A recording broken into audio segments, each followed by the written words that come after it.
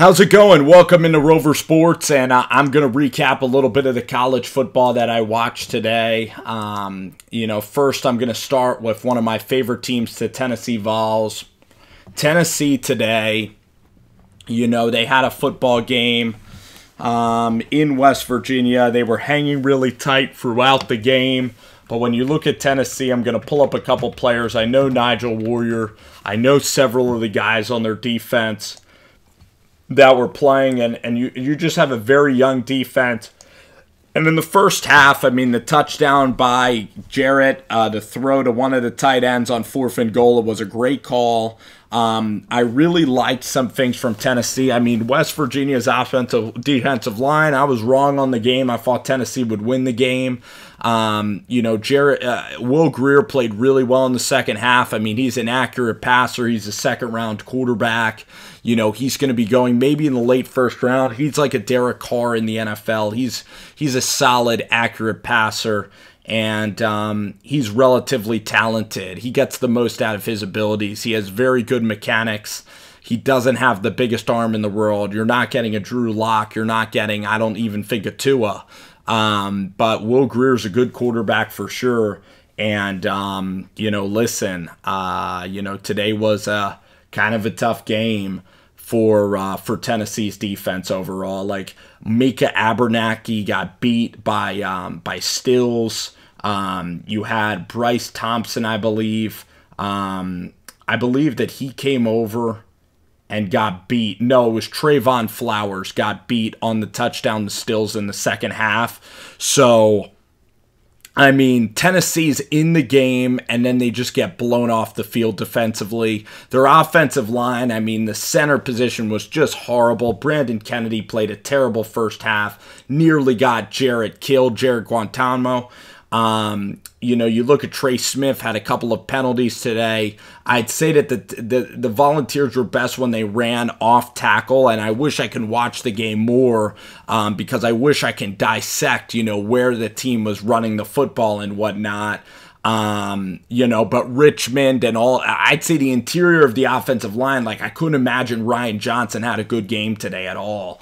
But when you look back at the film of the game, near the goal line, it was just embarrassing, not getting the ball in from the 1-yard line, the running of the football just in the middle of the field, the trenches. Tennessee, they got run on a little bit in the second half. There was a little bit of friction for West Virginia, and it reminded me a lot of the game where the Giants played the Green Bay Packers, where the Giants were in it the first half, but then Aaron Rodgers just opened it up the second half. And, Will Grier missed like a wide open touchdown to Sills in the first half. It's just the defensive line didn't get home on Will Grier. It didn't make him uncomfortable. The cornerbacks were not going after the football. And I also did not like the play calling at all from Ty Helton. I thought that it was very, very basic, a lot of screens, not really stretching the field at all. Jarrett surprised me with very good throws in the middle of the field. I thought that our boy who came back, Jawan Jennings, fought really hard in the football game. I really did. He made a lot of plays out there. I thought Tennessee hung in there for a big part. The touchdown drive after West Virginia got up, 20-7 or 20, it might have been 26-7 or something. They came back after West Virginia put up 13 points, I believe, on Tennessee, and Tennessee went back and got a much needed touchdown. I'll tell you who ran the ball well. Tim Jordan, big kid, number 9, not the fastest guy in the world, but he ran the ball really hard, and London ran it really well too. I thought that Tim Jordan today was really good. Now, when I'm really worried though about Tennessee's offensive line, not only could they not block at all, but when Florida comes in with that defensive line playing at home, it's going to be tough to win games. When Tennessee is not going to be playing an elite defensive front like Tennessee and Auburn, Auburn's going to kill Tennessee. Auburn's defense is just absolutely tremendous. UGA's defensive line is just going to roll over Tennessee as well. The South Carolina Gamecocks, if they have any pass rush at all, it's going to be tough for this team to score.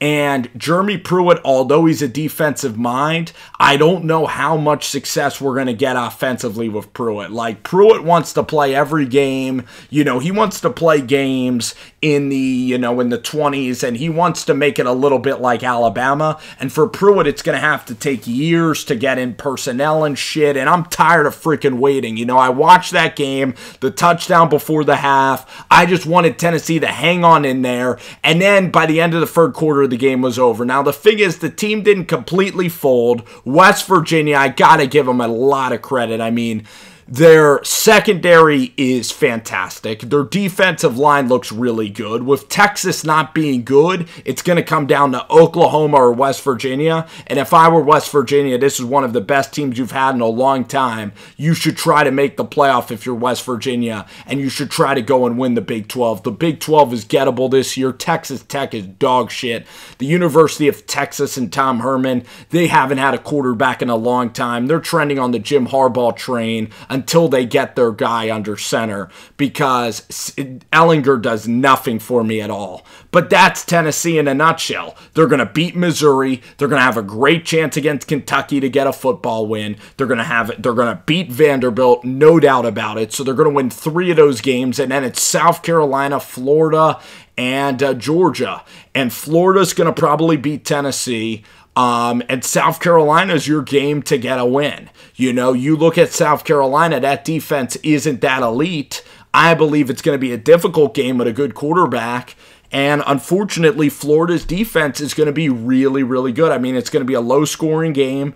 So Florida and South Carolina are your games. I mean, I did like a lot of what I saw. I like Jarrett throwing the ball. I think he's tough as shit. He was getting his ass handed to him today.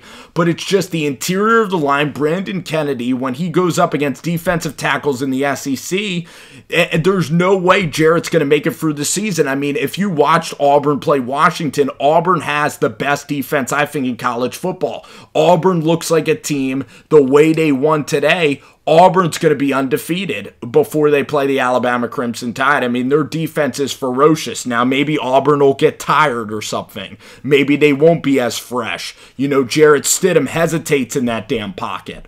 But looking at Tennessee, I watched a ton of the game today, and the corners are just very lackluster. I mean, Shai Tuttle played an admirable game today. Okay, I didn't see Kongbo that much today. Nigel Warrior is the old veteran of this group.